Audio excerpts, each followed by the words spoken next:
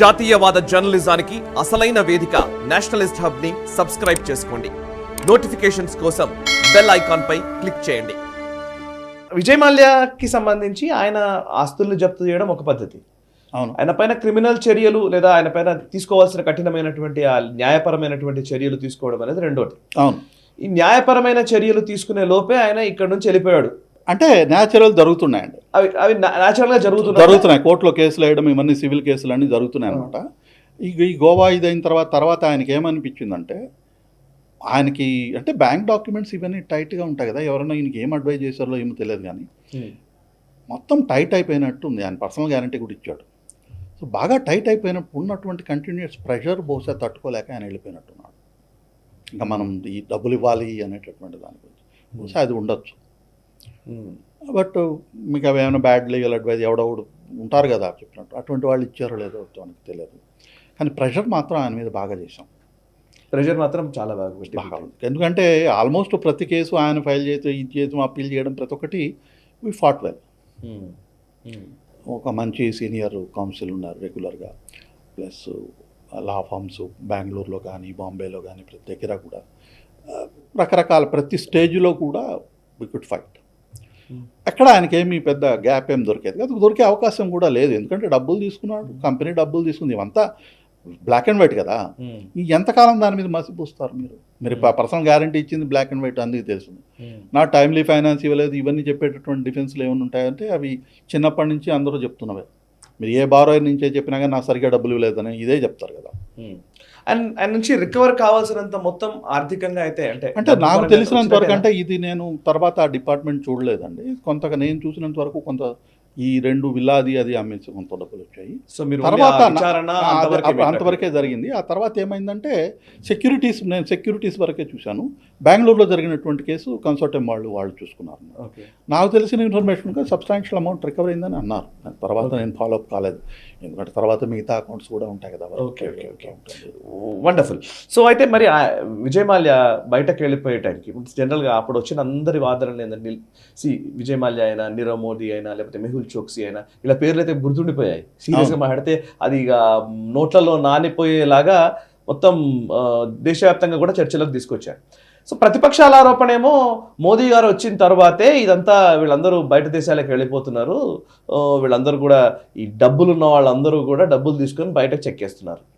ఇది కరెక్టేనా? అంటే అట్లా అలాంటి అవకాశం లేదండి. ఇప్పుడు మీరు చట్టపరమైనటువంటి కానీ లేదా వ్యవస్థపరమైనటువంటి కానీ మీరు గమనించినట్లయితే ప్రాసెస్ని కానీ లా కానీ డీవియేట్ చేసి ఏదైనా ఇండస్ట్రియలిస్ట్కి కానీ ఏదైనా దేనికి కానీ గత 10 సంవత్సరాల్లో హెల్ప్ చేశారు, చట్ట విరుద్ధంగా హెల్ప్ చేశారు, లేదా అడ్మినిస్ట్రేటివ్ ప్రాసెస్ ఏదైనా తప్పి చేశారు, ఓవర్ అండ్ అబౌవ్ చేశారు అని మీరు చూపించండి. ఎక్కడా లేదు. ఇన్ఫ్యాక్టు మొత్తం ఎకానమీని ఇన్ఫార్మల్ లెవెల్ నుంచి ఫార్మల్ లెవెల్లోకి తీసుకురావడం, యూపీఐ అయితే కానీ, మనీ ట్రాన్స్ఫర్, ఇది మన మొబైల్ ట్రాన్స్ఫర్ ఇవన్నీ పెట్టడం అయితే కానీ, జిఎస్టీ కానివ్వండి, లేదా ఈ ఇన్సాల్వెన్సీ బ్యాంక్రప్సీ కోడ్ అని కానివ్వండి, పైగా ఈ ట్యాక్సేషన్లో ఉన్నటువంటి ఆన్లైన్ ఫైలింగ్ కానీ, లేదా ఇన్కమ్ ట్యాక్స్ ర్యాండమ్గా ట్యాక్స్ ఇన్స్పెక్టర్స్ చేయడం కానీ, ఇవన్నీ గుర్తున్నది. వీటి మనకేంటంటే మనం పబ్లిక్లో ఉన్నటువంటి వాళ్ళకి దీని యొక్క ఇంపార్టెన్స్ మనం తెలియదు. ఇవన్నీ చేయడం మూలంగా ఏమైందంటే సిస్టమ్ని మ్యానిపులేట్ చేయగలడం అనేటటువంటిది, ఇన్ఫార్మల్ ట్రాన్సాక్షన్స్ చూపించుకొని ఒక ట్రాన్సాక్షన్కి లింక్ ఉంది. ఫర్ ఎగ్జాంపుల్ నేను చెప్తాను, 1000 కోట్ల రూపాయలు మీరు స్టీల్ తీసుకున్నాను అనుకోండి, సేల్ చేసిన ఓన్లీ 100 crores రూపాయలు సేల్ చేశారనుకోండి, లింక్ లేదు ఇంతకుముందు. స్టేట్లో మనం సర్వీస్ ఇక్కడ ట్యాక్స్ కట్టడం లేదు, సెంట్రల్ గవర్నమెంట్ ట్యాక్స్ కడతాము, అది 100 crores స్టీల్ కట్టామనుకోండి ఎక్సైజ్ ట్యాక్స్, సేల్స్ ట్యాక్స్ వీటికి కూడా 100 కోట్ల చూపించాం అనుకోండి, ఎవడు పట్టించుకోడు, ఎందుకంటే దీనికి లింక్ లేదు. ఇప్పుడు జిఎస్టీ వచ్చిన తర్వాత అది జరగదు కదా. మీరు స్పేర్ పార్ట్స్ రిటైలర్ దగ్గర నుంచి, హోల్సేల్ దగ్గర నుంచి వచ్చిందా, హోల్సేలర్కి కంపెనీ దగ్గర ఎంత వచ్చింది, ప్రతి ఒక్కటి ట్రాక్ అవుతుంది, సిస్టమ్ బేస్డ్గా అవుతుందా. తప్పనిసరిగా కావాలి కదా, లేకపోతే మీకు ఇన్పుట్ క్రెడిట్ ఎక్కడి నుంచి వస్తుంది? కరెక్ట్, ఇన్పుట్ క్రెడిట్ పోతుంది కదా. సో ప్రతి ఒక్కడు ట్రాక్ చేస్తున్నారు. మీరు ఈ ఒక్క ట్రాన్సాక్షన్లో తప్పున్నా కానీ 10 ట్రాన్సాక్షన్లు వెనకపోయి ట్రాక్ చేసేటటువంటిది ఉంది. ఇది ఎవరికి అందరినీ టైట్ చేయడానికి ఉన్నదే కానీ జిఎస్టీ లాంటి స్టెప్స్ వీళ్ళకి ఏం హెల్ప్ వచ్చింది? ఎవరికి హెల్ప్ వచ్చింది? ఒక విధంగా హెల్ప్ వచ్చింది. మల్టిపుల్ ట్రాక్స్లు కట్టడం అనే కంప్లైంట్స్ అనేటువంటి లేకుండా పోయింది. ఈజ్ ఆఫ్ డూయింగ్ బిజినెస్ వచ్చింది. అది అందరికీ వచ్చింది, ఒక్క ఇండస్ట్రీకో ఒక్క వ్యక్తికో రాలేదు కదా, అందరికీ వచ్చింది. ప్లస్ లంచాలు తీసుకోవడము, లంచాలు వచ్చి ఇచ్చేయడము, ఇవన్నీ తగ్గిపోయినాయి. ఎందుకంటే ఎవ్రీథింగ్ ఈ సిస్టమ్ బేస్డ్. ఇంక మీరు ఏం లంచం అడుగుతారు? టైట్ అయింది ప్రాసెస్. మీరు చూడండి, గత 10 సంవత్సరాలుగా చూసినట్లయితే బాగా ఇన్ఫార్మల్గా ఎవరెవరు ఏం చేస్తున్నామో, ఎవరు చేస్తున్నామో ఎవరు అడిగేవాళ్ళు లేనటువంటి బిజినెస్ ట్రాన్సాక్షన్స్ అంతా ఫార్మల్గా, స్ట్రక్చర్డ్గా, ప్రతి ఒక్కటి ట్రేస్ చేసే విధంగా, ప్రతి ఒక్కటి ట్రాక్ చేసే విధంగా ట్రాన్సాక్షన్స్ జరుగుతున్నాయి. సో ఈ ఇన్ఫార్మల్ సిస్టమ్ నుంచి ఫార్మల్ సిస్టంలోకి తీసుకురావడం వల్ల గ్రోత్ ఆటోమేటిక్గా పెరగడము, ఈజ్ ఆఫ్ డూయింగ్ బిజినెస్ పెరగడము. ఓకే, మీరు అనొచ్చు చాలా కష్టం అండి ఆన్లైన్. అది మన చిదంబరం గారు అన్నారు కదా, మీరేదో మొబైల్ ఎవరి దగ్గర లేవు, ఎవరు చేయలేరు మీరు అనేటటువంటి ఇష్టం వచ్చినట్టుగా పేదవాళ్ళ గురించి మాట్లాడతారు చూసారా. ఇది ఎలైటిస్ట్ మెంటాలిటీ. మనం ఆల్మోస్ట్గా కంప్యూటర్ దాటేసి మనం మొబైల్ దగ్గరికి వెళ్ళిపోయాం. కరెక్టే. మీరు అంతకుముందు ఆన్లైన్ ట్రాన్సాక్షన్స్, ఇప్పుడు లేవు మొబైల్ ట్రాన్సాక్షన్స్. ఇప్పుడు అంతా డెస్క్టాప్ నుంచి ల్యాప్టాప్ మనం ఆల్మోస్ట్గా టెక్నాలజీలో మోడీ గారు వచ్చిన తర్వాత ఒక జనరేషన్ జంప్ చేసాం మనం. కరెక్ట్, జనరేషన్ జంప్ జంప్ చేసాం. మీరు ఒక ఎగ్జాంపుల్ చెప్తాను. మనకి కోవిడ్ వచ్చిన సమయంలో అమెరికాలో చెక్కులు ఇళ్ళకి పంపిస్తున్నారు. మరి ఏది అభివృద్ధి చెందిన దేశం, ఏది టెక్నాలజీ దేశం?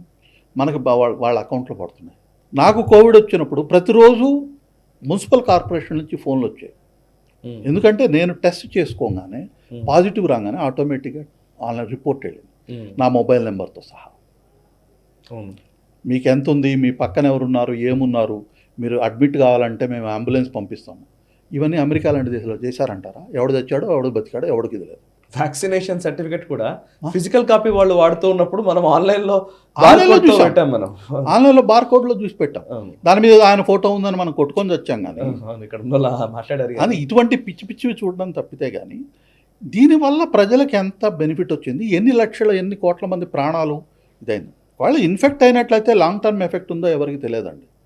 మీరు మనుషుల్ని బతికించడమే కాదు, మనుషులు ఇన్ఫెక్ట్ కాకుండా ఇంతమందిని చూసిన దానివల్ల వీళ్ళందరూ లాంగ్ టర్మ్ ఎఫెక్ట్లో వీళ్ళ హెల్త్ ఎంతగా ఉంది.